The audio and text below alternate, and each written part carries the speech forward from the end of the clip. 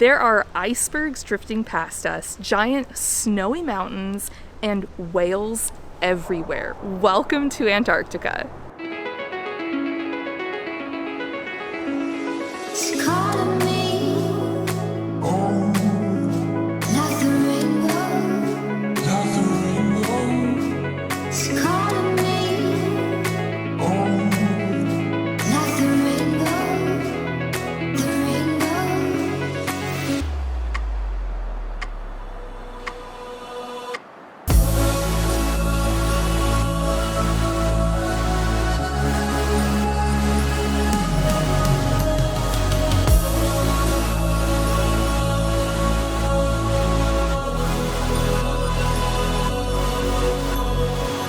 I'm headed to Antarctica, my #1 travel bucket list destination, but the adventure of Antarctica begins long before you get there. First, you have to get to Ushuaia, Argentina. It's definitely an adventure hub. There are a lot of really cool things you can do launching from this city, and it's known as the gateway to Antarctica. In Ushuaia, I boarded the Seabourn Venture thanks to Seabourn, who's hosting me for this trip. I've always heard that their Antarctic experiences are incredible. But before you get to Antarctica, you have to cross the Drake Passage. The Drake Passage is the body of water between the southernmost tip of South America and the South Shetland Islands of Antarctica. And it's known to have the roughest seas in the world. And the stretch we're going to be crossing is nearly 600 miles. We're about 13 hours into crossing the Drake Passage. I think we hit it around 2 a.m. last night because I woke up to things in my room starting to slide back and forth. But so far, so good. From what I understand, we're having a really easy Drake crossing, so I've been able to enjoy it a little bit. I was just out on the bow watching albatross soar around the ship, which is incredible. These birds have wingspans up to 12 feet. And for some reason, they like following the wake of the ship, so they're actually hanging around us, which is very cool. After 2 days of sailing across the Drake Passage, seeing the Antarctic continent emerge on the horizon was so exciting, and I was kind of surprised by how dramatic it was. In some ways, it felt like we'd arrived at another planet, and the expedition team wasted no time getting us out on shore. So the way this works is the ship hangs out offshore of a landing site, and then expedition leaders bring passengers to shore in Zodiac boats. And the tentative itinerary of the sailing is to travel along the Antarctic Peninsula, making shore landings every day dependent on weather conditions.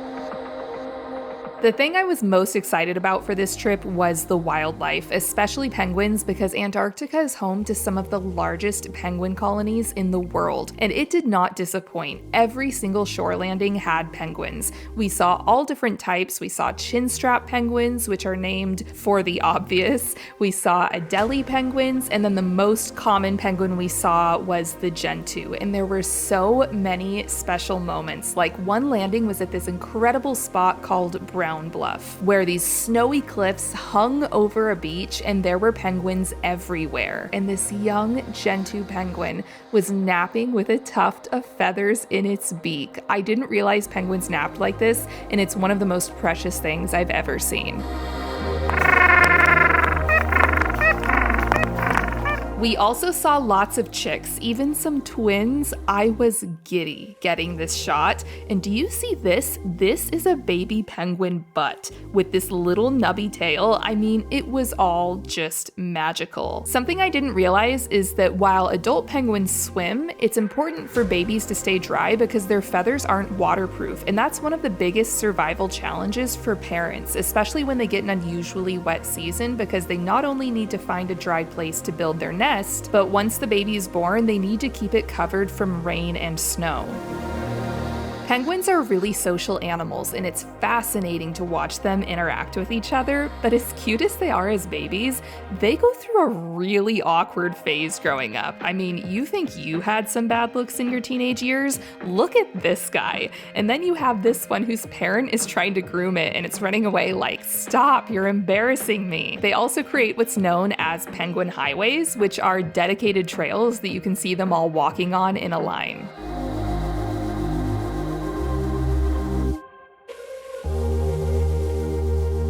I just made it back to the ship. These landings are so amazing. It is incredible to see so much wildlife in such a remote wilderness. To protect all of this wildlife and the environment, there are a lot of rules we have to follow to be able to do these shore landings. We have to be really careful about what we wear and what we bring on shore. And once we're on land, we can't set anything down. And before we go out, we walk through these disinfecting tubs. And this is to make sure that we're not spreading disease from bird colony to bird colony or throughout the wildlife or the environment. Very cool experience, and I'm just so happy to be here.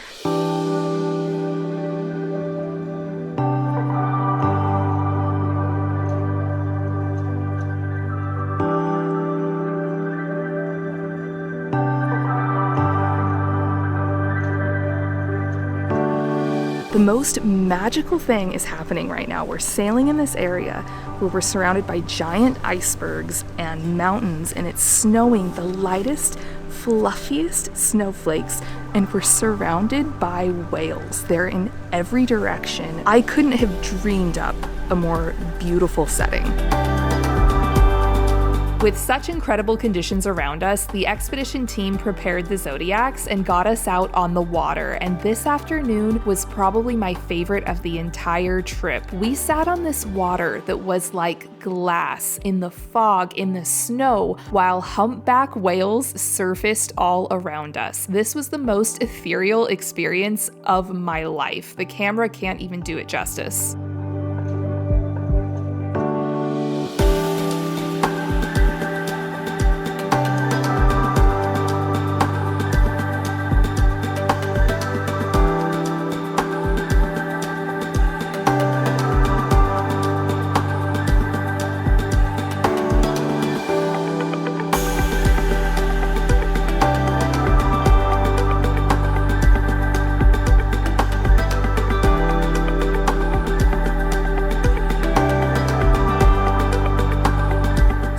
Very cool and unique about the Seabourn Venture is it has 2 custom expedition submarines, and guests can sign up to go on a submarine experience. I didn't even realize technology was here yet, and these submarines can dive nearly 1,000 feet, giving you the opportunity to see wildlife, plant life in depths of the ocean where very few humans have ever been.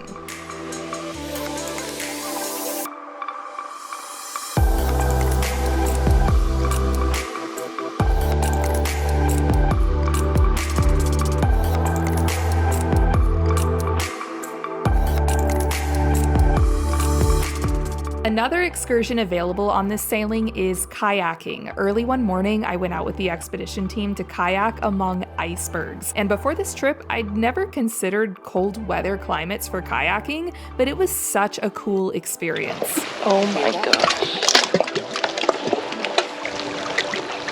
Look at that.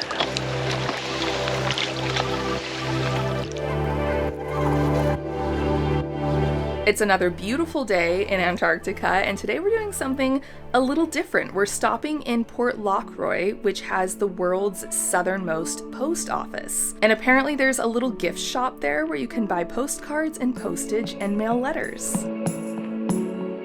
Port Lockroy is a former British military base, and it's also nicknamed the Penguin Post Office because it's home to a Gentoo penguin colony that has made the place their own. I just loved seeing them all in front of this house with the red door. Some of the photos I got here felt like they could be a penguin family holiday card.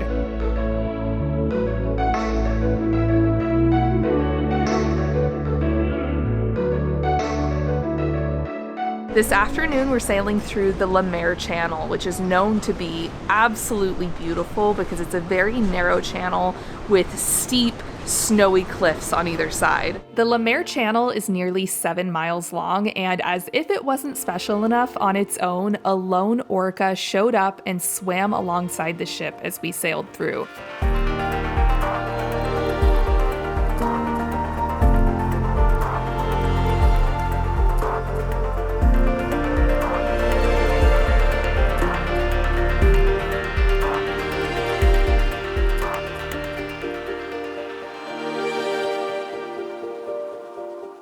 Something that's been so handy on this trip is the suites on the ship have drying closets.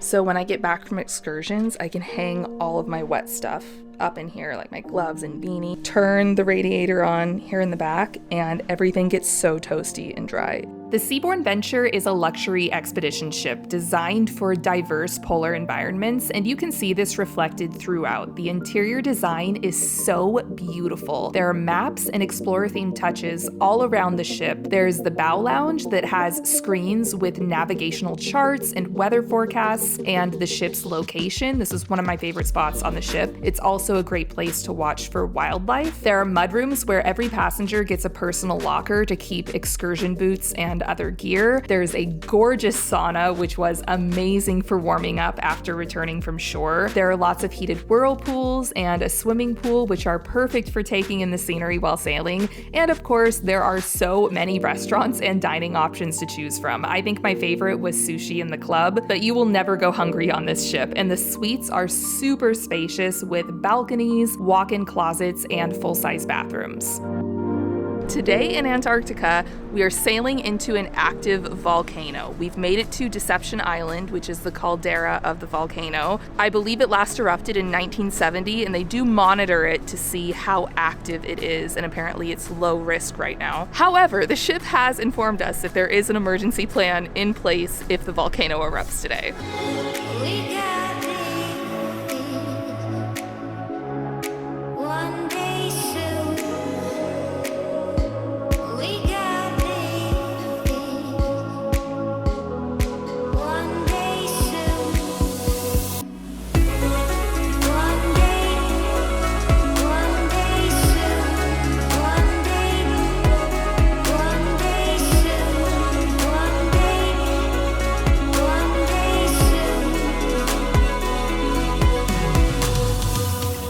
We're now headed back to Ushuaia, and I'm so happy to have had such a wonderful experience on this trip, and so sad it's coming to an end. Thanks for coming along with me on this one. I've had so many moments on this voyage that surpassed my dreams. In a way, Antarctica always felt untouchable. I didn't grow up ever thinking I would come here, and now that I've made it to my #1 bucket list destination, what's next?